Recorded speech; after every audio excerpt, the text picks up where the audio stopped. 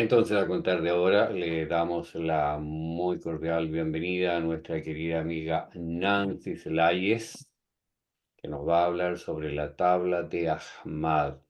Pero primero yo tengo que dejar en vista orador. Anda, bien atravesado hoy día. Y para ahora está siendo grabado. No, pelo, porfa, después cuando tengas que editar. Entonces, queridos amigos, nuestra querida amiga Nancy Zelaya, muy bienvenida. Y adelante con la charla. Bueno, muchísimas gracias, Víctor. Qué gusto volver a estar con ustedes en estas reuniones tan cálidas que organizan ahí en Chile para todos nosotros. Y bueno, comparto un poco el calor mendocino, porque estamos sufriendo una etapa de mucho calor aquí en esta zona tan cerquita de la montaña que nos separa tan poco, digamos, de ustedes de Chile y con días de intenso calor. Voy a comenzar, voy a hacer una presentación de, para ayudarme con el texto. A ver, un segundo, que voy a ver si puedo hacerlo para poder, tener una guía un poco más mejor de todo lo que de todo lo que vamos a hablar. A ver, habilito acá. Ok, y acá ahora vamos a presentar.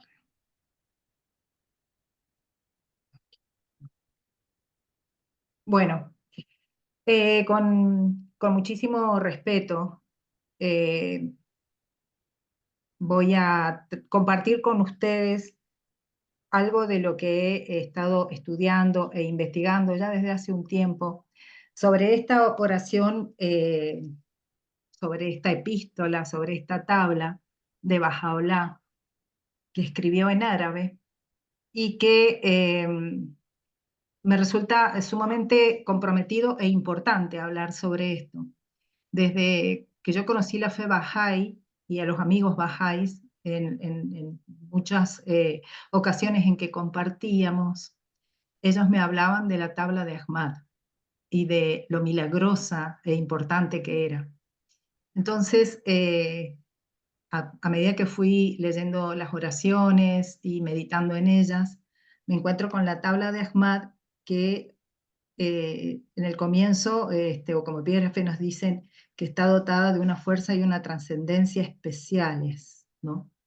Entonces, me pasa con todas las oraciones generalmente, pero con esta especialmente me interesó a título personal investigar un poco, a ver quién era Ahmad, qué es esto de esta tabla tan poderosa, si bien que las palabras de la bendita belleza están dotadas de un poder incomparable, lo cierto es que esta tabla llamaba poderosamente mi atención. Y entonces esto es un poco un trabajo que hice también para mí y que lo comparto ahora en esta oportunidad, pero que estoy segura que ustedes, con el conocimiento que tienen de la fe, pueden hacer aportes o corregir cuestiones que por ahí estén expresadas aquí y que ustedes tengan otro dato, otro conocimiento y serán muy bienvenidos. Entonces, para comenzar, la tabla de Ahmad, a ver si puedo pasarlo, ahí. Es una tabla o una epístola que Shoghi Effendi la tradujo en el año 1924 con la ayuda del doctor Eslemont y ha sido publicada en todos los libros de oración y también en los libros de oraciones y meditaciones. Shoghi Effendi mismo fue quien dijo que esta tabla, estas palabras, este texto de Bajaolá, tienen una potencia muy especial y que las promesas que están contenidas en esa tabla serán cumplidas para cada creyente que sinceramente la recite y que fervorosamente la recite. Entonces, bueno, digamos que la importancia y la trascendencia del texto es digno de ser analizado y un poco la tarea que me puse en vistas para poder trabajar con esto, ¿no? Quería ver si podía presentar. ¿Se ve bien la imagen y el Sí, texto? muy Perfecto. bien. Muy bien, Ah, sí. bien, Aquí ok. está. Bueno. Eh, lo primero que se me ocurrió investigar o que necesité investigar, preguntarme un poco, fue el porqué del nombre, ¿no? ¿Qué significa el nombre? La tabla lleva el nombre del destinatario, o sea, este texto lo escribió Bahá'u'lláh para una persona determinada. Y según las investigaciones que yo he hecho, se preguntaba quién era este ángel a quien Bahá'u'lláh eligió para revelarle una tabla tan increíble y tan asombrosa, tan dotada de una fuerza potente en sus palabras, pero a la vez amorosa. Donde nosotros advertimos un texto tan imperativo como protector, ¿no? Entonces, ¿quién era este señor Ahmad, ¿no? Era un joven que nació en Yazd alrededor del año 1805 en Irán, en una familia muy rica y noble. Toda su familia, sus parientes, sus hermanos, ocupaban cargos de importancia en esa ciudad. Y él desde muy chico sintió la necesidad de buscar ¿a quién? Al Caim. El Caim en ese momento era el prometido según las enseñanzas del Islam. A la edad de 14 años, él muestra ya esa gran inclinación que tenía por el misticismo y él se esfuerza e inicia todo un camino en búsqueda de la verdad. Entonces, a los 15 años, o sea, un adolescente o un preadolescente, si nosotros pensamos que estamos hablando de un joven del año 1800 y en Irán, ¿no es cierto?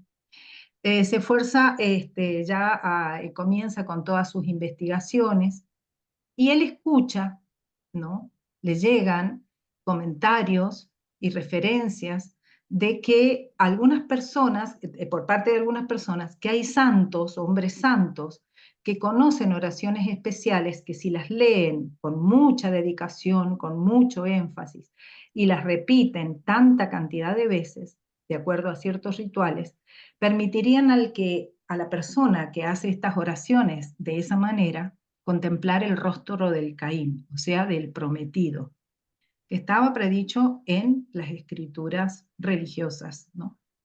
Entonces, ese era el gran objetivo de él y el gran deseo de él, ¿no? De conocer al prometido, ¿no?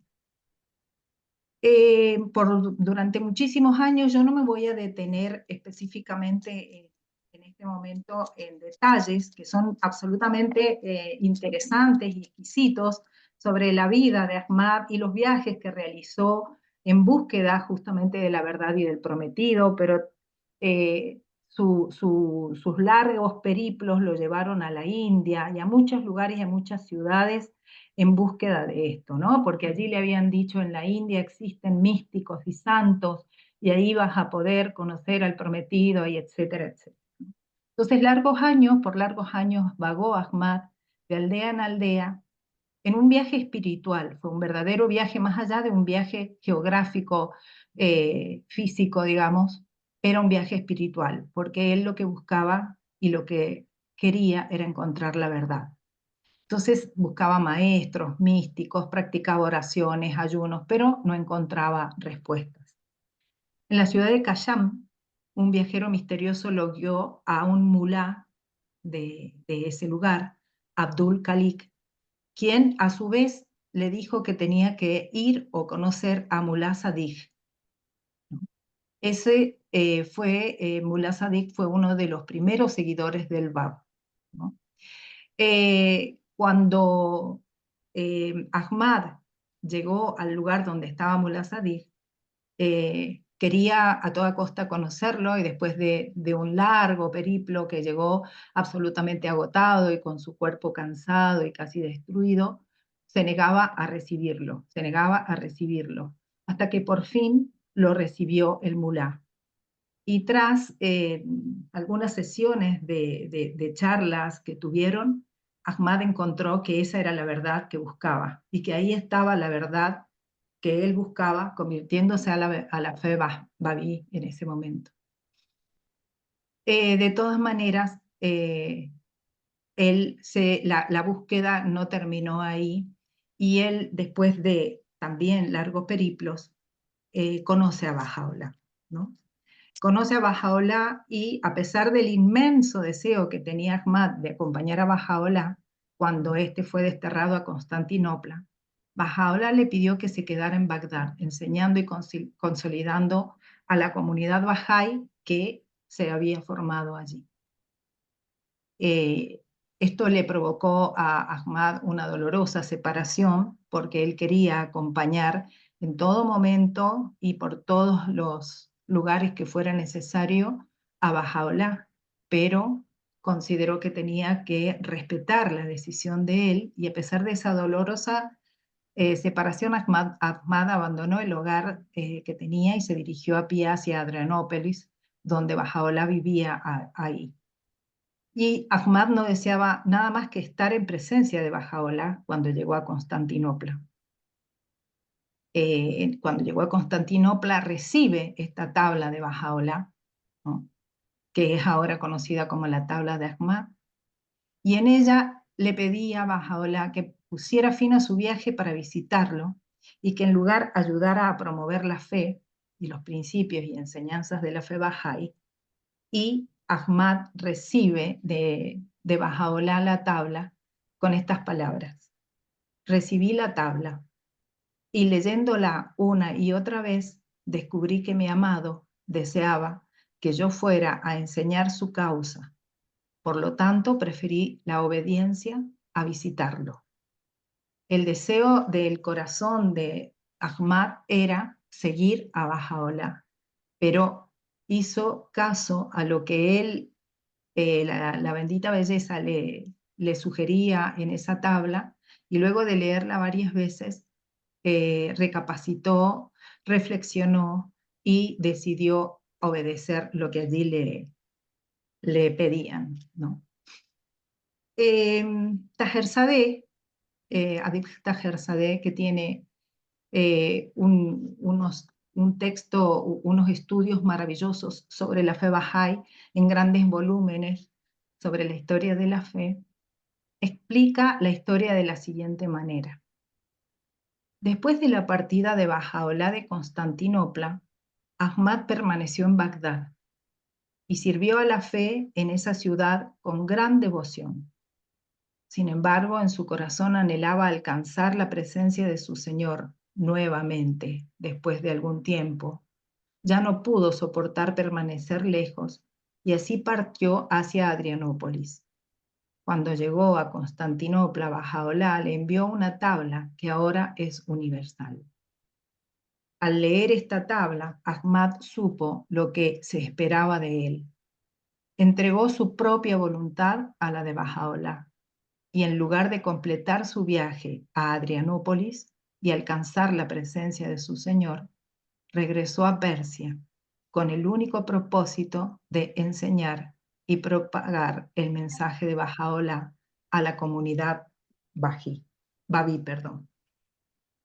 La síntesis que les acabo de leer es justamente una muy apretada síntesis de cómo se ha manifestado la voluntad, el deseo de conocer la verdad por parte de Ahmad, el deseo de conocer al prometido, que lo logra, el dejar de lado su propio deseo para cumplir con lo que le había indicado justamente la manifestación de Dios y a partir de recibir esa tabla se dedica a enseñar y propagar la fe tal como le había indicado su maestro, ¿no?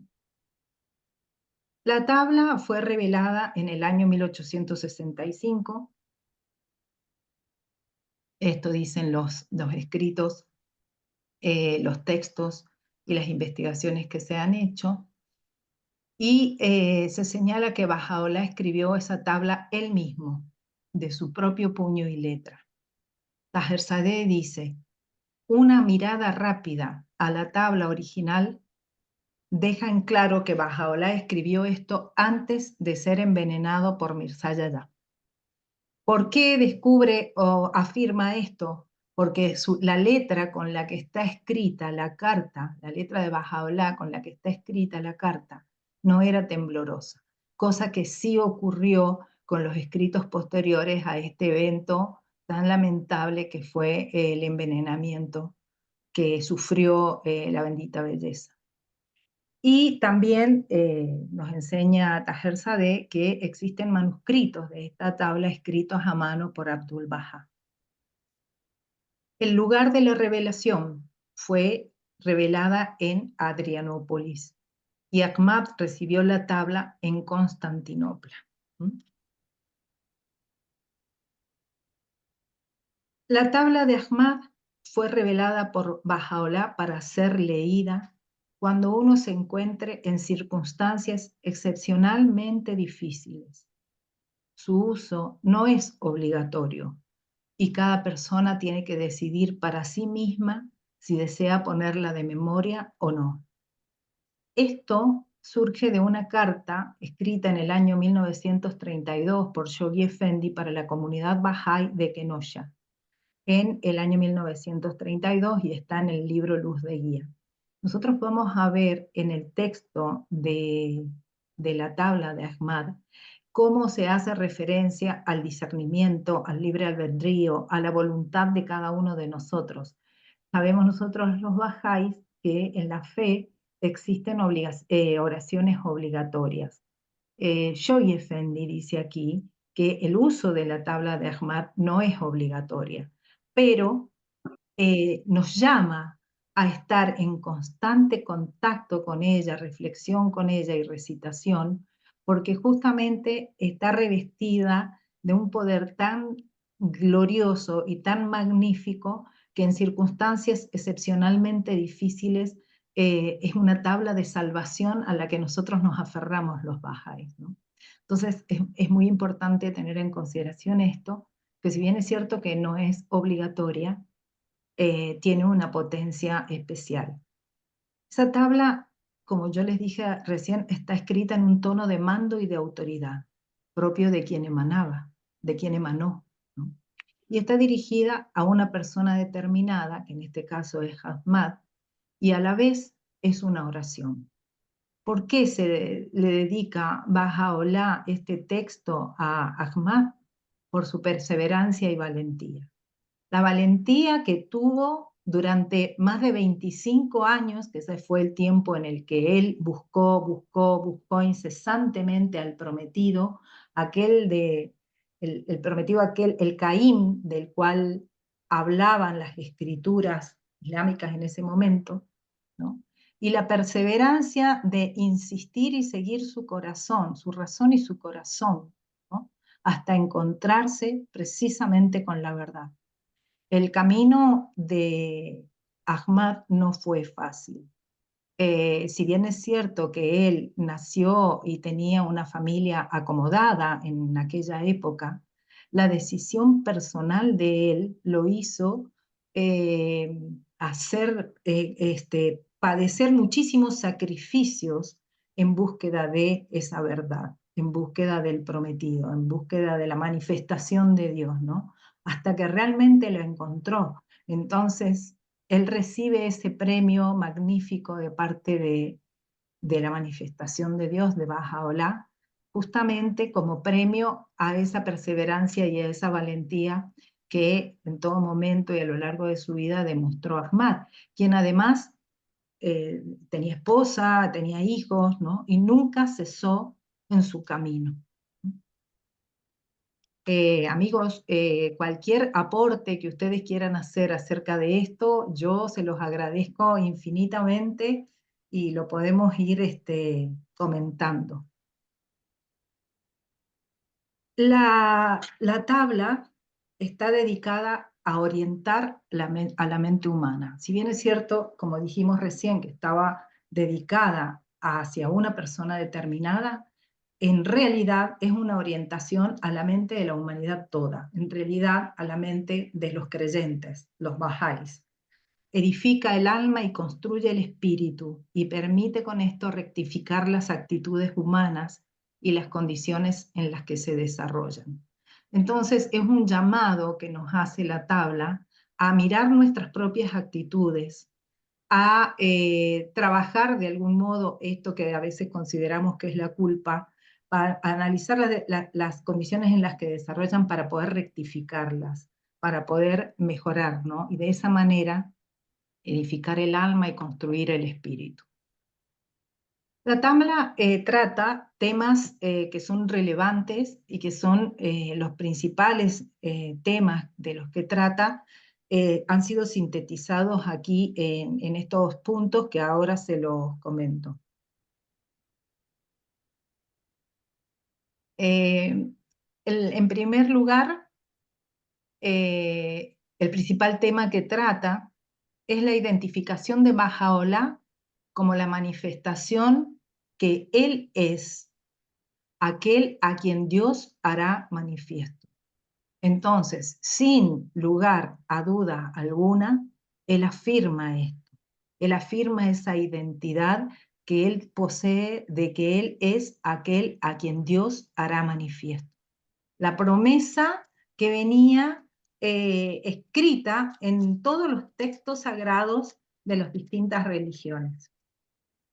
También en la tabla advertimos el tributo que Bahá'u'lláh hace al Bab, cuyos seguidores Bahá'u'lláh se ocupa aquí de enseñar, ¿no? Hay una clara referencia, un claro tributo al Bab y a los escritos del Bab, como es el Bayan persa, que también expresamente están señalados en la tabla.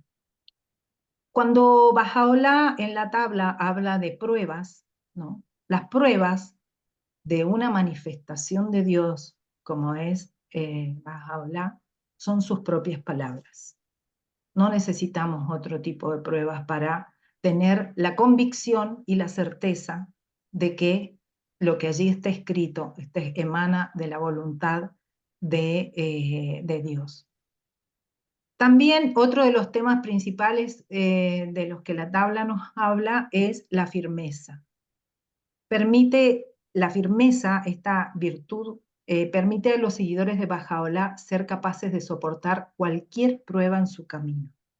Sabemos nosotros que, esto yo a veces lo he hablado con mi hija, el hecho de que reconozcas la fe, de que reconozcas la manifestación de Dios, de que sigas sus enseñanzas, no te libera de las pruebas que existen en nuestra vida, de sufrimientos, de angustia, de pesares, ¿no?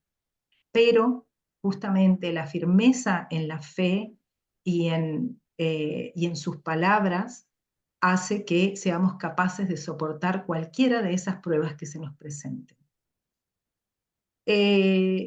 Ligado a eso, otro de los temas es que uno no debe dejarse perturbar por las aflicciones por confiar en Dios. Confía en Dios y las aflicciones en realidad pueden llegar a existir, pero la perturbación no va a ser tal como si no tuviéramos la certeza de la protección de Él. También se menciona que quien se aleja de Bahá'u'lláh también se aleja de todas las manifestaciones anteriores, vinculado aquí, cuando habla de las manifestaciones anteriores, a uno de los principios de la fe, que es el reconocimiento de la revelación progresiva, que todos y cada uno de nosotros sabemos que existieron estos representantes de Dios en la tierra, que ayudaron a la humanidad a dar un salto cualitativo, ¿no? Hasta que llegara la manifestación de Dios para esta era, ¿no? Bahá'u'lláh, que su ministerio ha anunciado que durará 1000 años. También dentro de los temas de los que trata la tabla, vemos que existen bendiciones especiales, vienen a aquellos que leen y cantan esta tabla, ¿no? Esa es una gran promesa que nos hace la tabla y el texto que estamos nosotros analizando, ¿no? Bahá'u'lláh también en ella se refiere a sí mismo como el ruiseñor del paraíso y proclama la grandeza de su revelación. Se proclama a sí mismo como esta más grande belleza a través de la cual la verdad se distinguirá del error y la sabiduría de cada mandato o mandamiento será puesta a prueba, ¿no? Cuando nosotros decimos que nos dota de la posibilidad de distinguir la verdad del error, no está aludiendo más que al discernimiento del cual nos ha sido dotado para comprender esa manifestación. Proclama inequívocamente la verdad de la revelación del Bab, lo llama al Bab el rey de los mensajeros, y a su libro, que es el Bayán persa, como el libro madre, y llama a todos a obedecer sus leyes. Refiriéndose a sí mismo nuevamente como el ruiseñor, declara que él ha hecho su llamado y ahora depende de cada uno apartarse de su consejo o elegir el camino hacia su Señor. Y acá, en este párrafo que ya después vamos a ir entre todos analizando, advertimos que nos deja, o sea, que está presente el libre albedrío de cada uno y la voluntad. Nosotros eh, como creyentes vamos a seguir sus consejos, vamos a elegir el camino que conduce a su Señor, ¿no? O nos vamos a apartar de él. Esta es el gran interrogante y la gran responsabilidad que tenemos, porque sabemos luego cuál es la consecuencia. También advierte que si la gente niega la verdad de lo que él dice, nunca podrán ofrecer prueba alguna, ni siquiera de su creencia en Dios. ¿Por qué? Porque las pruebas de la manifestación y de la revelación son sus propias palabras, ¿no? No estamos hablando de otro tipo de pruebas como puede suceder, por ejemplo, en un proceso judicial. Me refiero a un proceso judicial que son las situaciones en las que comúnmente uno exige que para probar, que tiene que aportar pruebas de lo que uno está reclamando, de lo que está diciendo. Aquí estamos hablando de otras circunstancias que en nada se parecen o se pueden comparar con las pruebas que los humanos ordinariamente tenemos que aportar, sino que la prueba de la verdad de lo que él dice son sus propias palabras, precisamente por la omnipotencia que él posee, ¿no? Le dice a Ahmad también que recuerde sus bondades, así como sus días y sus sufrimientos en esta remota prisión, dice. Se refiere a la prisión de Adrianópolis. Le aconseja a Ahmad que sea firme en su amor, fortaleciéndolo así para poder resistir cualquier cosa en su camino.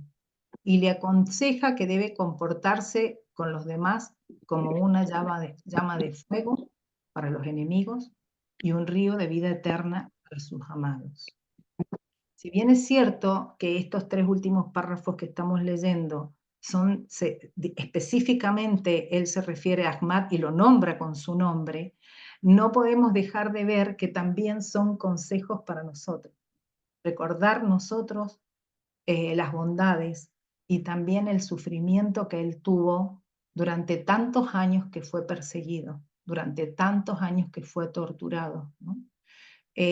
Nos aconseja y nos incita a que seamos firmes en su amor, a pesar de las dificultades, como decíamos recién, ¿no? Y que fortaleciendo esto nos fortalecerá para poder resistir cualquier embate que tengamos en nuestro camino. Le aconseja que tenga certeza, o sea, la certeza es como lo opuesto a la duda, que no se preocupe por las aflicciones o la degradación sufrida en su camino, sino que más bien confíe en Dios. Y también le habla sobre la ceguera de las personas que están carentes de discernimiento, culpando de ello a sus delirios y sus supersticiones. Que muchísimas veces la negación que existe de la fe, la negación que existe de la manifestación de Dios para esta época, para esta era, justamente es porque las personas están cargadas de supersticiones, ¿no?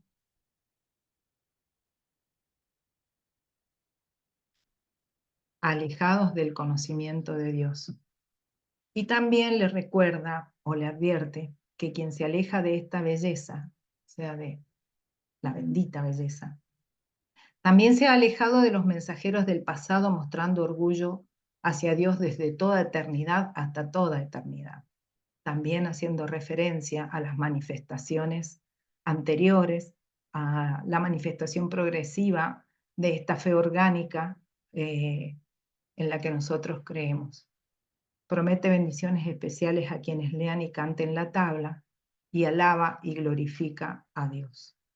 Como vemos, todos los temas que trata la tabla tendrían que ser una tabla, tendría ya que ser un volumen, un libro voluminoso, porque cada uno de estos aspectos que muy sintéticamente yo he referido requieren de un análisis y de una profundización nuestra de comparación de los mismos escritos para darnos la certeza y la extensión de sus palabras, ¿no? Lo inconmensurable, el inconmensurable mensaje que tiene esta tabla para cada uno de nosotros, ¿no?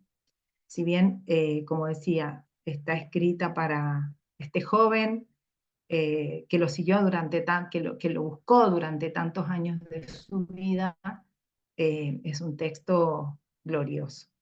Y ahora yo en letras de color he puesto algunos párrafos de la tabla para que veamos un poco en profundidad, en lo posible, porque no, en esta charla y en esta presentación es imposible abarcar todos los significados de cada uno de los términos que utiliza la bendita belleza para escribir, pero intentaremos verlos. La tabla comienza diciendo: Él es el Rey, el omnisciente, el sabio.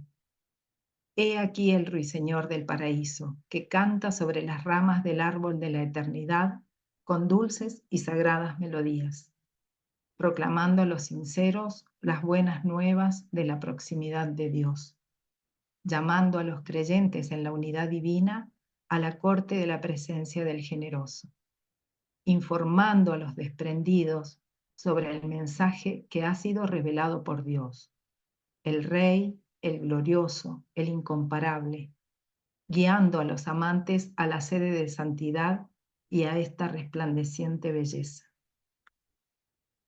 Es un llamado o una exhortación a quienes, a los sinceros, a los creyentes, a los desprendidos. Estos son los amantes de Dios. Los sinceros son los veraces. Los escritos bajáis defienden la veracidad, como la base de todas las virtudes humanas. Entonces, en primer lugar, es una exhortación a ellos. Los creyentes, ¿quiénes somos los creyentes? Aquellos que hemos aceptado la revelación de Baha'u'lláh. Los desprendidos, quienes además de haber aceptado la revelación de Baha'u'lláh, siguen sus enseñanzas, ¿no? Esta, como bien señala aquí, proclamando a los sinceros las buenas nuevas de la proximidad de Dios, llamando a los creyentes en la unidad divina, a la corte de la presencia del generoso, informando a los desprendidos sobre este mensaje. A ellos está dirigiéndole estas primeras palabras. También habla del árbol. La palabra de Dios puede ser comparada a un árbol tierno, cuyas raíces han sido plantadas en los corazones de los hombres. Y dice Baha'u'lláh, os concierne nutrir su crecimiento por medio de las vivificantes aguas de la sabiduría, de palabras santas y sagradas, para que su raíz pueda ser firmemente asegurada y sus ramas puedan ascender tan altas como los cielos y aún más allá. El árbol de la eternidad, el árbol del conocimiento, son las palabras sagradas. Ese es el árbol de la eternidad o el árbol del conocimiento, las mismas palabras que emanan de la manifestación de Dios. Y con el fruto de ese árbol, o sea, con el fruto de esas palabras sagradas que emanan de él, se logra aumentar la conciencia humana.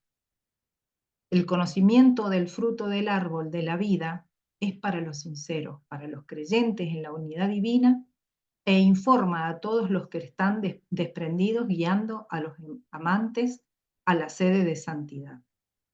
Esto surge de este primer párrafo, ¿no? La reflexión que podemos hacer sobre cuando él habla de creyentes, de desprendidos, de amantes, del árbol, ¿no? Y seguramente muchísimos términos más que surgen de ese primer párrafo citado de la tabla que deberíamos seguir profundizando, ¿no? La tabla sigue diciendo, en verdad, esta es esa más grande belleza predicha en los libros de los mensajeros, por medio de quien la verdad será distinguida del error y la sabiduría de cada mandato será probada. En verdad, Él es el árbol de la vida que da los frutos de Dios, el exaltado, el poderoso, el grande. Ya hemos hecho referencia al árbol de la vida y los frutos, ¿no?, de él. También en este párrafo, nos preguntamos a qué alude con los libros de los mensajeros, ¿no? Entonces, los libros de los mensajeros son también conocidos como las manifestaciones de Dios. Son historias que describen las vidas y enseñanzas de los fundadores de las grandes religiones del mundo, vinculado este párrafo a la revelación progresiva. Cuando se lee en el texto, esta es la más grande verdad predicha en los libros de los mensajeros, implica que fue escrita y anunciada previamente en todos los libros del pasado. Por eso este término predicha, ¿no? Estaba ya dicho, ¿no?, que aparecería esta manifestación de Dios. Estaba escrito en esos libros de los mensajeros. Y también leemos en los pasajes de los escritos de Bahá'u'lláh esto: las manifestaciones de su divina gloria y las auroras de eterna santidad han sido enviadas desde tiempo inmemorial y han sido comisionadas para emplazar a la humanidad al Dios único y verdadero. Que los nombres de algunos de ellos se hayan olvidado y los registros de sus vidas se hayan perdido, debe atribuirse a los cambios y transformaciones que han sobrevenido al mundo. Esto lo leemos en los pasajes de los escritos de Bahá'u'lláh. Y también en este párrafo que citábamos, alude al discernimiento. El discernimiento es un tema que siempre lo tengo presente, porque yo soy profesora en la facultad, soy profesora de Derecho en la facultad, y uno de los elementos de la voluntad del sujeto, de la persona humana, es el discernimiento. Y cuando yo les enseño a mis alumnos qué es el discernimiento, es distinguir lo bueno de lo malo, lo justo de lo injusto, lo conveniente de lo inconveniente. Y cuando dicen así, ellos esa parte la prueban, ¿no? Ahora, lo que nos preguntamos a partir del texto sagrado es, ¿cuál es el discernimiento que nos aporta la revelación? Porque es verdad que el discernimiento es esta facultad que tenemos para distinguir lo bueno de lo malo, lo justo de lo injusto. Pero ¿hay un plus en este discernimiento que nos aporta la revelación? Y sí, porque es el discernimiento para ver a Dios con sus propios ojos, con nuestros propios ojos. O sea, Él nos dota a los creyentes de una capacidad que nos permite verlo con nuestros propios ojos, escucharlo con nuestros propios oídos. Por eso también en la fe Bahá'í se habla de la investigación independiente de la verdad, ¿no? Nosotros tenemos la capacidad, porque hemos sido dotados por Dios, de esa facultad de discernir, y justamente para ser utilizada para reconocer con nuestros propios ojos a la manifestación de Dios. Y en un texto de Bahá'u'lláh leemos, incumbe a todo hombre dotado de discernimiento y comprensión esforzarse por traducir lo que ha sido escrito a la realidad y acción.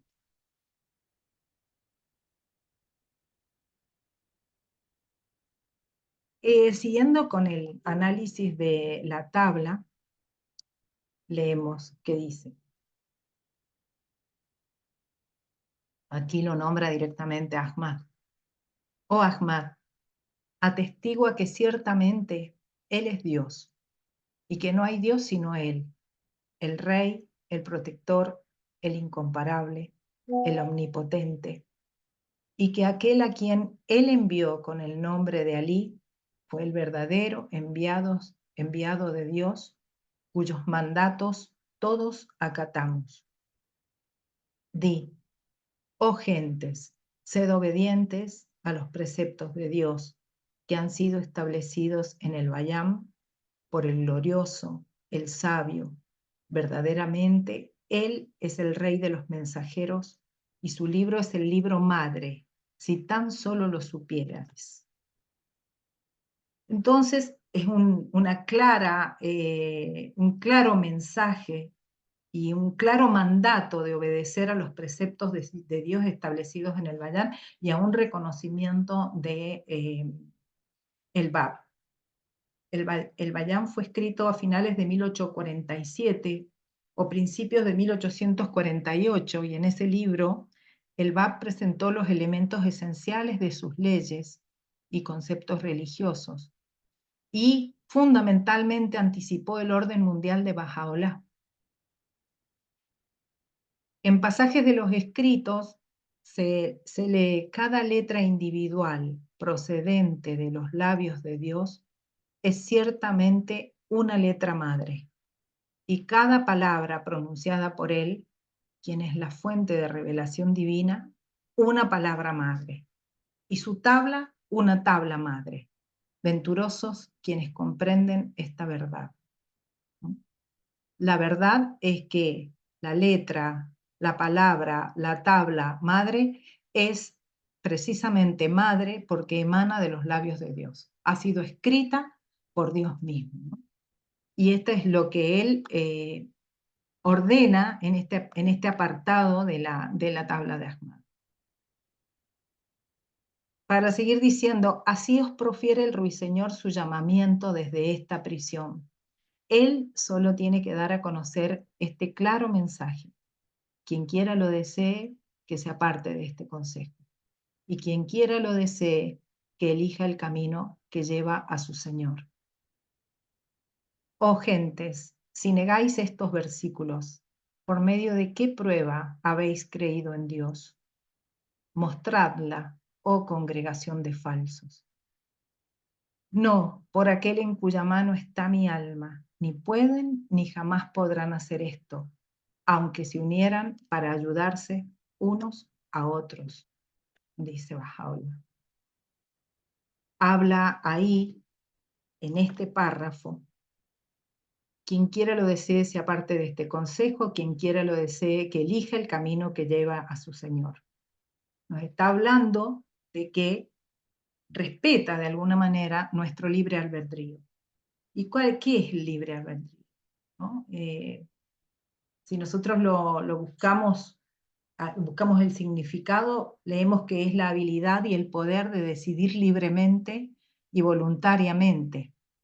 Es una doctrina filosófica que establece que la conducta humana es reflejo y consecuencia de la voluntad y no de fuerzas externas a la personal, ¿no? En este sentido, Bahá'u'lláh nos deja librados a nuestra propia voluntad, seguir o no seguirlo. Y en el Kitab i Kam leemos algo que es fundamental también para comprender esto. Es obvio y manifiesto que el verdadero significado de las palabras pronunciadas por las aves de la eternidad no ha sido revelada a nadie excepto a quienes manifiestan al Ser Eterno. Y las melodías del ruiseñor de la santidad no pueden llegar a ningún oído salvo al de los moradores del reino sempiterno. Cuando habla de el ruiseñor, que prefiere el ruiseñor su llamamiento de esta prisión, denominándose él como el ruiseñor del paraíso, ¿no? Entonces, por eso el Kitabicán también es importante la aclaración que hacemos aquí respecto del significado de las palabras pronunciadas por el ave de la eternidad, el ruiseñor del paraíso. Eh, y con respecto al libre albedrío de el que quiera, que lo desee, que sea parte de este consejo, y quien quiera lo desee, que elija el camino que lleva a su Señor. En este caso, justamente, la voluntad de la persona humana tiene que estar absolutamente atento, porque es una advertencia absolutamente importante la que nos hace Bahá'u'lláh aquí, porque sabemos nosotros también cuál es la consecuencia de tomar un camino u otro, ¿no? Y con respecto a las pruebas, como decíamos en unos párrafos anteriores, la prueba de la manifestación de Dios, ¿no? O de la verdad que emana de sus palabras, son sus propias palabras. En realidad no necesitamos ningún otro elemento para demostrarlo. Sigue hablándole a Ahmad en estos términos. Oh Ahmad, no olvides mis generosidades mientras esté ausente. Recuerda mis días durante tus días y mi angustia y destierro en esta remota prisión. Y sé tan firme en mi amor que tu corazón no vacile, aunque las espadas de los enemigos descarguen golpes sobre ti y todos los cielos y la tierra se levanten contra ti. Sé como una llama de fuego para mis enemigos y un río de vida eterna para mis amados, y no seas de los que dudan. Cuando Bahá'u'lláh nos habla aquí, evidentemente sabe de antemano de que vamos a enfrentar contratiempos, que vamos a tener dificultades, que van a haber represalias o persecuciones. De hecho, todos los bahá'ís sabemos lo que ha sucedido en la historia de la fe y lo que aún sigue sucediendo para los amigos en determinados países, ¿no? En determinados lugares de la tierra que son perseguidos en su propia vida, respecto de sus bienes, etcétera, etcétera, ¿no? Pero también es importante acá que nos enseña Shoghi Effendi, en el pasaje, sé como una llama de fuego para mis enemigos y un río de vida eterna para mis amados, dice Shoghi Effendi. No deberían entenderse en su sentido literal. El consejo de Bahá'u'lláh es que nuevamente deberíamos huir de los enemigos de Dios y buscar asociación con sus amantes. Esto surge también de una carta que recién hice referencia a la misma, escrita en 1932 a la comunidad Bahá'í de Kenosha. Y podríamos considerar a los enemigos como los impíos. ¿Quiénes son los impíos? Bahá'u'lláh aconseja que nos alejemos de los impíos, o sea, aquellos que no creen en Dios y que están descarriados. El consejo de la bendita belleza es ese, de que nos apartemos de ellos concretamente. Y dice, y si te sobreviniese aflicción en mi sendero o degradación por mi causa, no te preocupes por ello. Yo encontré de la tabla del fuego este párrafo que me parece que es como una explicación muy vinculada a esto y casi suficiente, que dice, si no fuera por la calamidad, ¿cómo podría brillar el sol de tu paciencia? ¿No? No te preocupes por ello. Pueden venir aflicciones, pero no te preocupes por ello. Como dice ahí, confía en Dios tu Dios, ¿no? Confía en Dios, tu Dios y Señor de tus padres. Pues las gentes vagan por los caminos ilusorios, privadas de discernimiento para ver a Dios con sus propios ojos o percibir sus melodías con sus propios oídos. Así las hemos encontrado como tú también lo atestiguas. Así sus supersticiones se han convertido en velos que se interponen entre ellas y sus propios corazones, y las han apartado del camino de Dios, el exaltado, el grande. Ten por cierto que en verdad aquel que da la espalda a esta belleza ha dado también la espalda a los mensajeros del pasado y muestra orgullo ante Dios desde toda eternidad hasta toda eternidad. Este párrafo entendemos que está vinculado con el discernimiento para ver a Dios con nuestros propios ojos, ¿no? Distinguiendo justamente lo irreal de lo real, ¿no? La superstición, que es una creencia no real, las supersticiones son creencias y argumentos no ligados a la revelación, es lo irracional. El rango de lo racional es la propia fe, es la fe, perdón, es la propia revelación. La propia revelación es la que permite que el ser humano distinga lo racional de lo irracional, distinga lo que es superstición de lo que no es. El rango de lo racional es en la fe es la propia revelación, la razón de la revelación. La razón suprema es la manifestación de Dios. Y las pruebas son las propias de la manifestación, son sus propias palabras, son sus propias enseñanzas. Dice el texto, aprende bien esta tabla, oh Ahmad, recítala durante tus días y no te prives de ella, pues en verdad Dios ha ordenado para aquel que la recite la recompensa de 100 mártires y un auxilio en ambos mundos. Estos favores te los hemos conferido como una dádiva de nuestra parte y una merced de nuestra presencia, para que seas de los agradecidos. Y sigue diciendo, por Dios, si alguien que esté afligido o con pena lee esta tabla con absoluta sinceridad, Dios disipará su tristeza, resolverá sus dificultades y eliminará sus aflicciones. Verdaderamente Él es el misericordioso, el compasivo. Alabado sea Dios, el Señor de todos los mundos. Y ahí en esas últimas palabras encontramos la gran promesa de la manifestación de Dios para nosotros. A través de esa epístola, Él nos dice de todas las bendiciones que vamos a recibir, cómo nos va a consolar, cómo nos va a acompañar, cómo nos va a sostener cuando leemos con absoluta sinceridad y entrega esta tabla. Baha'u'lláh mismo nos dice, aquellos cuyos ojos están iluminados con la luz del entendimiento, percibirán los dulces sabores del todo misericordioso y abrazarán su verdad. Estos son aquellos quienes son de veras sinceros. Tenemos que ser sinceros para recibir, justamente para que estemos dotados de entendimiento y para recibir las bendiciones de la bendita belleza. Ahmad fue la personificación de todas las cualidades mencionadas en la tabla. Fue una llama de fuego, un río de vida eterna. Sé tan firme en mi amor que tu corazón no vacile aunque las espadas de los enemigos descarguen golpes sobre ti y todos los cielos y la tierra se levanten en tu contra.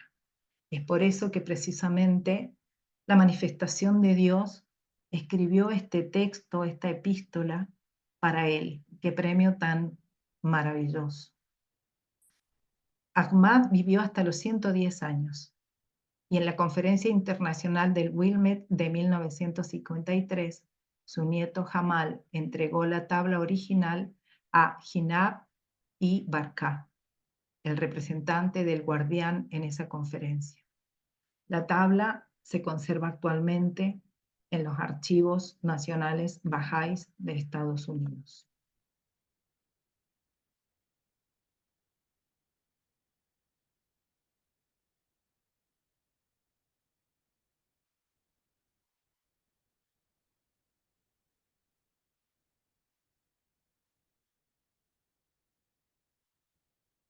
Él es el Rey, el Omnisciente, el Sabio, He aquí el ruiseñor del paraíso, que canta sobre las ramas del árbol de la eternidad, con dulces y sagradas melodías, proclamando a los sinceros las buenas nuevas de la proximidad de Dios, llamando a los creyentes en la unidad divina.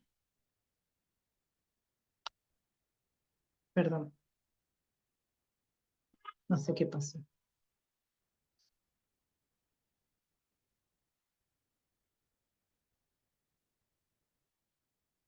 Él es el Rey, el omnisciente, el sabio.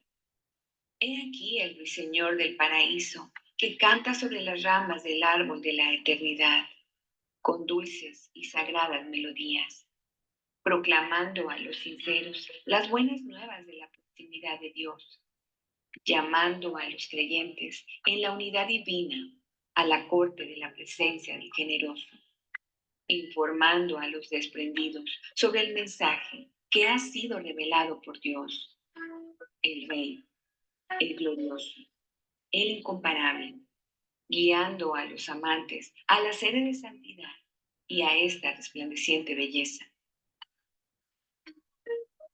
En verdad, esta es esa más grande belleza, predicha en los libros de los mensajeros, por medio de quien la verdad será distinguida del error y la sabiduría de cada mandato será probada. En verdad, Él es el árbol de la vida que da los frutos de Dios, el exaltado, el poderoso, el grande. Oh Ahmar, atestigua que, ciertamente, Él es Dios y que no hay Dios sino Él, el Rey, el protector, el incomparable, el omnipotente, y que aquel a quien Él envió con el nombre de Alim fue el verdadero enviado de Dios, cuyos mandatos todos acatamos. Di, oh gente, sed obediente a los preceptos de Dios, que han sido establecidos en el Bayán por el glorioso, el sabio, verdaderamente. Él es el rey de los mensajeros y su libro es el libro madre, si tan solo lo supieras. Así los profiere el ruiseñor su llamamiento desde esta prisión. Él solo tiene que dar a conocer este claro mensaje. Quien quiera lo desee, que sea parte de este consejo, y quien quiera lo desee, que elija el camino que lleve a su Señor. Oh gente, si niegas estos versículos, ¿por medio de qué prueba has creído en Dios? Muéstrala, oh congregación de falsos. No, por aquel en cuya mano está mi alma, no pueden ni jamás podrán hacer esto, aunque se unieran para ayudarse unos a otros. Oh Ahmar, no olvides mis generosidades mientras esté ausente. Recuerda mis días durante tus días y mi angustia y destierro en esta remota prisión. Y sé tan firme en mi amor que tu corazón no vacile, aunque las espadas de los enemigos descarguen golpes sobre ti y todos los cielos y la tierra se levantan contra ti. Sé como una llama de fuego para mis enemigos y un río de vida eterna para mis amados. Y no seas de los que dudan. Y si te sobreviniese aflicción en mi sendero o degradación por mi causa, no te preocupes por ello. Confía en Dios, tu Dios y Señor de tus padres, pues la gente vaga por caminos ilusorios, privadas de discernimiento para ver a Dios con sus propios ojos o percibir su melodía con sus propios oídos. Así las hemos encontrado, como tú también lo atestiguas. Así, sus supersticiones se han convertido en velos que se interponen entre ellas y sus propios corazones, y las han apartado del camino de Dios, el exaltado, el grande. Ten por cierto que, en verdad, aquel que da la espalda a esta belleza ha dado también la espalda a los mensajeros del pasado, y muestra orgullo ante Dios desde toda eternidad hasta toda eternidad. Aprende bien esta tabla, oh Ahmad. Recítala durante tus días y no te prives de ella, pues en verdad Dios ha ordenado para aquel que la recite la recompensa de 100 mártires y un auxilio en ambos mundos. Estos favores te los hemos conferido como una dádiva de nuestra parte y una merced de nuestra presencia, para que seas de los agradecidos.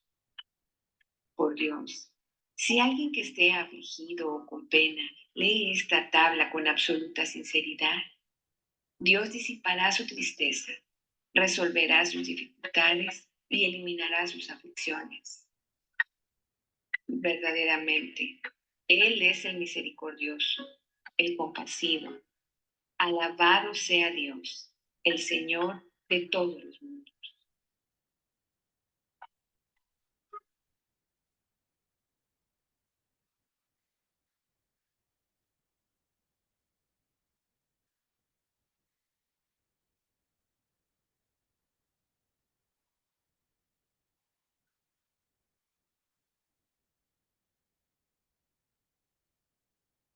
Bueno, queridos amigos, mi breve aporte sobre la tabla de Ahmad, que seguramente quedan muchísimos temas y muchísimos aspectos por analizar, por profundizar, por reflexionar, que bueno, excederían quizás esta reunión, pero les agradezco muy profundamente que me hayan ayudado con esta invitación a reflexionar a mí misma sobre estas palabras sagradas. Así que muchas gracias. Por el contrario, querida Nancy, muchísimas gracias por aceptar la invitación de los amigos, por estar con nosotros, porque sabemos que tienes un tiempo muy Sí, ocupado y igual, no hay problema. sí, eso es archisabido. Así es que muchísimas gracias, te lo agradecemos todos los amigos presentes. Y yo veo al otro lado, mira Manuel, te envió muchos corazoncitos. Ah, bueno, muchas Sí, gracias, muchas ahí gracias. Un está. aplauso para nuestra querida Nancy. Gracias, gracias, gracias, gracias. Este, me parece que deben haber amigos, yo tengo un ratito más de tiempo, unos 10, 15 minutos más, que seguramente hay amigos que tienen muchos más conocimientos sobre esto y que estaría muy bueno escuchar sus aportes, seguramente que es así. Queridos amigos, entonces dejamos descansar un par de segundos a Miriam, Nancy, perdón, y se necesitan aportes.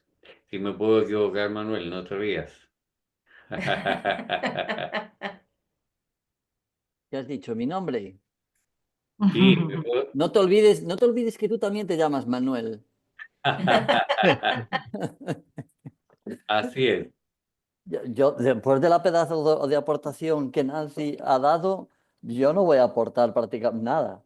Lo único que puedo decir es algo externo sobre esa tabla, que seguramente todos lo sabéis, que hay dos tablas. Sí. Dos tablas que se llaman tablas de Ahmad, Louhe Ahmad. Una es en árabe, que es la que acaba de hablarnos Nancy, y otra que es en persa. Esta fue, como bien ha dicho Nancy, a Ahmad Yazdi, es decir, que es de Yaz, y el otro es a un Ahmad Kashani, que es de Kashan. Y que creo que están en pasajes de Bajaola, la otra tabla, lo poco que tradujo el Guardián, creo que es en el párrafo 152 y 153, si queréis leer las otras dos para que la comparéis. Por lo de ahora, eso, que hablen los demás amigos. Gracias, Nancy, por la bella exposición que has hecho. Muchas gracias. Muchas gracias, Manuel. En realidad sí sabía esto de que también está la tabla en persa, o una tabla de Ahmad en persa, pero en libro de oraciones y demás es esta que está en árabe, que fue escrita en árabe. Así es que sí, gracias por el aporte, pero sí, eso es verdad. Así es. Carlito, tiene mano levantada. Las manos, sí. Gracias, señora Nancy, por su presentación. Y cuando uno está escuchando a distintos amigos con distintos temas de la fe Bahá'í, que es tan profunda, tan rica en todo conocimiento espiritual y intelectual,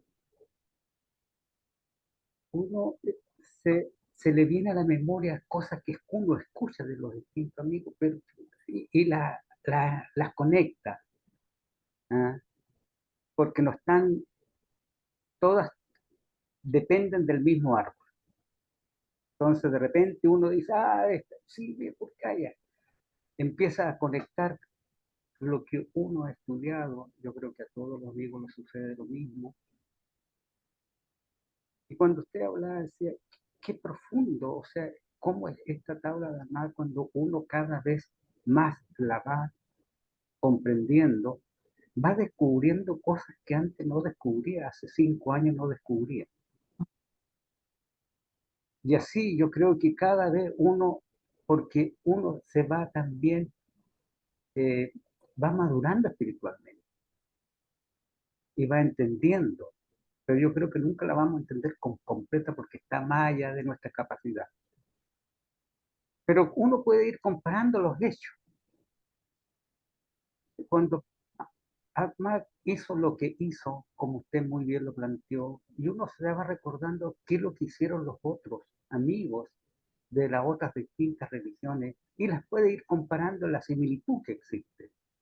Por eso a mí me llamó mucho la atención, o sea, uno cuando tengo el libro aquí en la mano, cuando dice usted leyó, es cierto que en verdad que aquel le da la espalda a la belleza ha dado la espalda a todos los demás. Cuando uno ve eso, no tiene uno, ¿qué lo está diciendo él? Que si le da la espalda a esta belleza, le ha dado la espalda a todos los de atrás. Y si uno no ha reconocido a todos los de atrás, le da la espalda a todos los que han venido. ¿Cierto? Eso es ser justo. Entonces, cuando uno dice, usted hizo muy bien ese asunto, ¿qué le entregó a Ahmad? ¿Qué le entrega a cada uno de nosotros la libertad de acción? ¿Elegimos o no elegimos? Eso no está en manos, está en nuestras manos, está en nuestro corazón. Pero cuando uno elige a Dios en su mensaje, ¿cómo lo ilumina? Él dice, ¿qué son los Bahá'í de día? Son las estrellas del entendimiento. Cuando uno escucha, lee eso, dice, ¿por qué Bahá'u'lláh los dice, somos las estrellas del entendimiento hoy día? No otros. Y de repente, cuando uno lee la dispensación de Bahá'u'lláh, ¿qué le promete Bahá'u'lláh a los Bahá'í?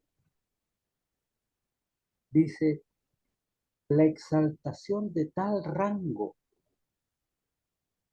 la posición que alcanzará aquel que es la verdad, que haya reconocido esta revelación, es igual a la posición de aquellos profetas de la casa de Israel, que no están escritos en los libros. Entonces uno dice, qué grandeza, con qué investidura Bahá'u'lláh los cubre a los Bahá'í. Y cuando uno va entendiendo esto, dice, tiene que ser así. Porque cuando uno ve los textos antiguos o posteriores de Pablo, cómo iluminó, no fue por obra de él, sino que fue obra de él porque reconoció a ese mensajero. Y hoy día no puede ser diferente. Y Bahá'u'lláh lo reafirma con esta tabla de Ahmad y con todos los textos. El poder que tiene esta revelación y las que la difunden. Yo le agradezco a usted porque hace, cada amigo bajay que toma esta tabla, uno va entendiendo distintas ganchos, distintas rojas, pero es del mismo árbol. Y uno la va entendiendo más. Yo creo que un par de tiempo más otro amigo saldrá y uno va a ir entendiendo cada vez más. Y de eso se trata. Así que nuevamente le agradezco, yo creo que todos los amigos, por su hermoso estudio que hizo, visto de la justicia. Y otro amigo Muchas gracias. visto de la pintura, de la escritura, y cada uno aportará. Muchas gracias. Muchas gracias. A mí me pasa, en relación a lo que usted dice, Carlos, que a veces leo las oraciones como rapidito, ¿no? Y digo que hay responsabilidad, porque justamente por esto mismo que usted menciona, la promesa de Bajaolá para todos sus creyentes es tan tremendamente maravillosa que en relación con eso tenemos la obligación, creo que hay un texto que no lo sé de memoria, pero dice, sumérjanse en las aguas en el océano de mis palabras para descubrir las perlas de sabiduría que yacen en él, ¿no? Entonces, sumergirse en el océano de sus palabras es como una invitación a que reflexionemos muy profundamente cada palabra que esté escrita en una oración de la fe tiene una profundidad y una significación tan grande que, como bien dijo usted, es inconmensurable y nosotros no la podemos abarcar precisamente porque emana de él. Pero sí tenemos, siento yo, en lo personal, la obligación de cada vez más indagar. A veces cuando los amigos me invitan a que charlemos sobre algo de la fe y digo, ¿y de qué puedo hablar si todos saben más que yo? Y además todo está sabido. Pero no, es como que uno va puliendo cada vez más, aunque hablemos, no sé, 10 veces, 500 veces sobre un mismo texto, uno va puliendo, va profundizando, va descubriendo esas perlas de sabiduría que se encuentran ahí, ¿no? Entonces, gracias por lo que usted aportó, Carlos. Muchas gracias. Querido Lois, Sí, yo tengo. ¿Me puedes poner otra vez o comentar la diapositiva, una de las primeras, donde ponías el texto del señor Tajerzadet? ¿Lo puedes leer, por favor? Le digo a Nancy, por si lo tiene a mano. A ver, sigo un segundo. A ver cuál será. El texto que viene del señor Tajerzadet en el libro de la Revelación. Ahora lo busco. Donde dice que Tajersadeh explica la historia de la siguiente manera, ¿ese o no? Sí, lee ahí una línea, dos, A ver, por favor. sí. Tajersadeh explica la Sí. historia de la siguiente manera. Después de la partida de Bajaolá de Constantinopla, Ahmad permaneció en Bagdad. Vale, perfecto, ya está, sí. Es que había entendido mal la ciudad y entonces no me cuadraba. Perfecto, gracias, ya está, No, gracias. Gracias.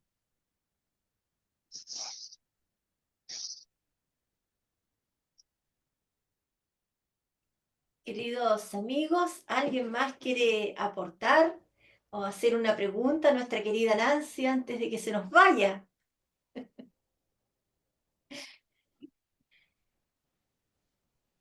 Querido Daniel. Sí, alaba fa. Gracias a la hermana Nancy por su exposición. Fue brillante. Lo estuve escuchando con mucha atención, pero también en referencia a la cita que ha leído sobre de que los versos de Dios son la única prueba para el creyente. Recuerdo también la historia de Mullah Hussein, de que él le pide pruebas al Bab en su primera declaración. Y también muchos líderes de otras religiones argumentan que la palabra de Dios ha edificado civilizaciones. Y además ellos entienden que debería una manifestación mostrar milagros, entendido este milagro como que rompe las leyes de la física del universo. En ese sentido, entonces, viviendo en un contexto latinoamericano, boliviano, de cultura católico-cristiana, siempre en nuestras labores de enseñanza Bahá'í piden algunas pruebas de milagros, algunas reuniones. La pregunta es, ¿cómo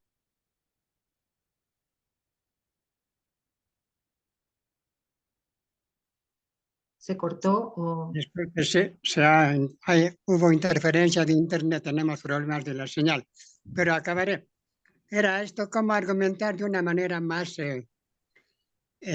mística, como señala claramente para los creyentes bajáis, que lo único de la prueba que manifiesta la manifestación son sus versos, y no hay otra, su palabra sagrada que es tan maravillosa.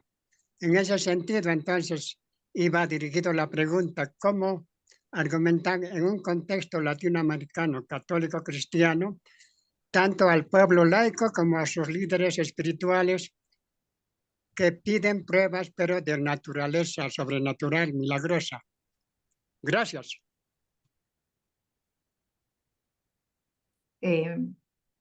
Bueno, yo no sé si estoy en condiciones de responder esa pregunta.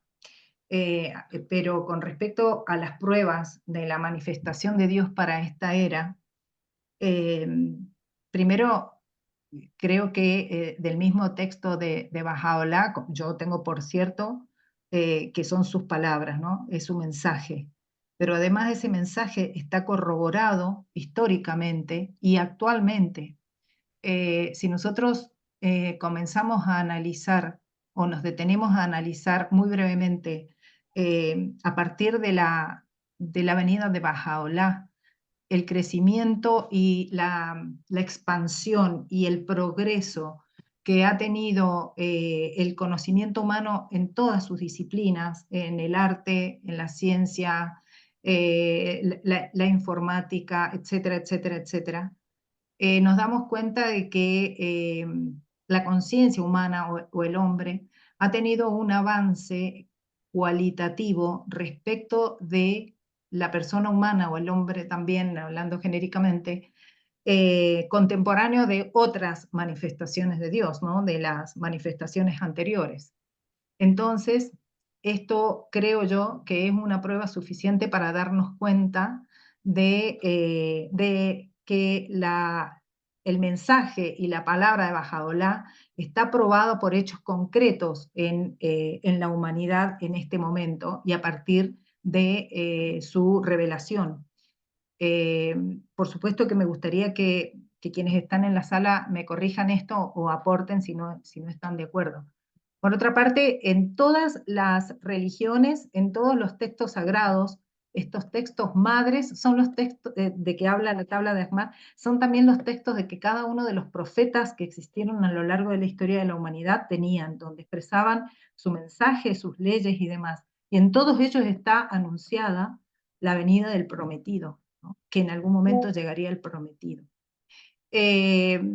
Yo cuando comparo, por ejemplo, la unidad en la diversidad de la que habla la fe, me doy cuenta que si bien es cierto que nosotros todavía estamos en una etapa de grandes convulsiones y que la paz por ahí nos parecería casi imposible de lograrla, también advierto que contemporáneo a la manifestación de Bahá'u'lláh se produjeron movimientos de unidad o intentos de unidad, tanto política, económica, etcétera, en el mundo entero, ¿no? Pensemos la Organización de las Naciones Unidas, más allá de las críticas que podamos llegar a tener sobre esos organismos.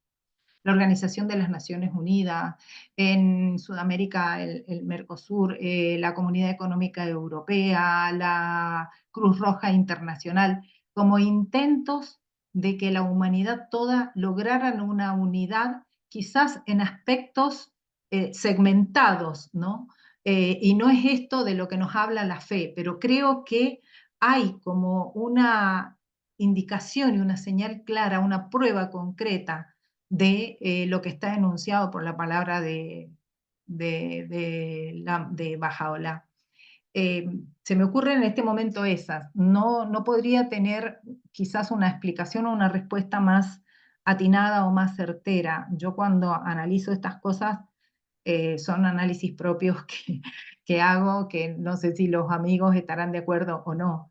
Pero Daniel, esta sería mi aportación respecto a su pregunta. Gracias. ¿Puedo aportar algo? Carlito, Sí. dame un segundito. Es que está, está Rosalinda de Mexicali con la manito levantada. Ah, gracias. Pues a mí me encanta la tabla de Ahmad, creo que es de mis preferidas, pero me llama muchísimo y siempre me ha llamado la atención que antes de que uno inicia la tabla, hay la aclaración de que Bahá'u'lláh ha dotado a las oraciones obligatorias y a tablas como la tabla de Ahmad de la curación con una relevancia y una fuerza especial y que así deben ser aceptadas como tales por los creyentes, con fe y confianza incuestionable. Y la verdad es que pues es muy de llamar la atención y yo entiendo que entre ese equilibrio y la ciencia y la religión hay cosas que todavía no entendemos totalmente y qué bueno, porque si ya estuviera todo entendido, pues qué chiste tendría la vida. Pero hay muchas historias que están alrededor de la tabla de Ahmad, de momentos, no quiero usar la palabra milagrosos, pero momentos que nos cuesta trabajo entender cómo se hizo una petición o se dijo la tabla en un momento de gran peligro, porque fue aceptada como tal y hubo una respuesta. Yo no sé si hay una respuesta a esto, o si tienen ustedes otra respuesta, pero pues sí me llama mucho la atención que hay y que tenemos, gracias a Dios, oraciones con ese poder especial, para mí poco entendible desde el punto de vista físico, no sé, de la ciencia actual. Gracias.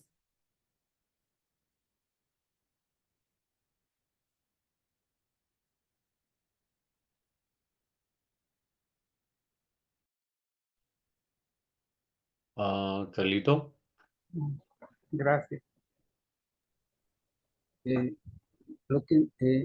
La pregunta que hacía el amigo a nuestra estimada amiga Nancy, uno se pregunta si en América Latina y en todos los países del cristianismo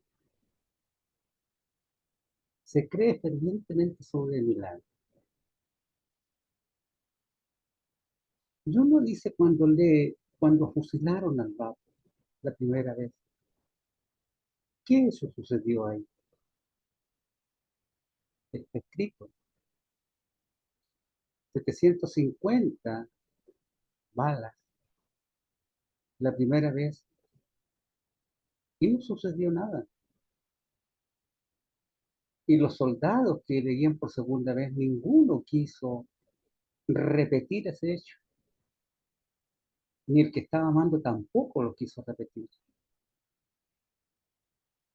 No fue casualidad. Cuando a Bahá'u'lláh le pidieron los mulás que realizara un milagro, él le dijo conforme, escríbanlo. Y se hará lo que ustedes escritan, solicitan. Pero yo también les pido algo. Si el milagro se realiza, ustedes deben ir en la mezquita a decir que ese milagro que nosotros pedimos se realizó por él.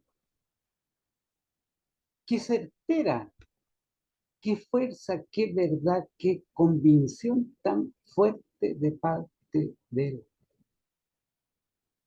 Otros pedían, ok, háganlo, escríbanlo, yo lo ejecuto. Pero ustedes van a confirmar que ese milagro que ustedes pidieron se realizó. ¿Qué hicieron? No, no le pidieron nada. Físicos. Hay lo que está en Jerusalén, en Haifa, no es un milagro espiritual lo que hay ahí.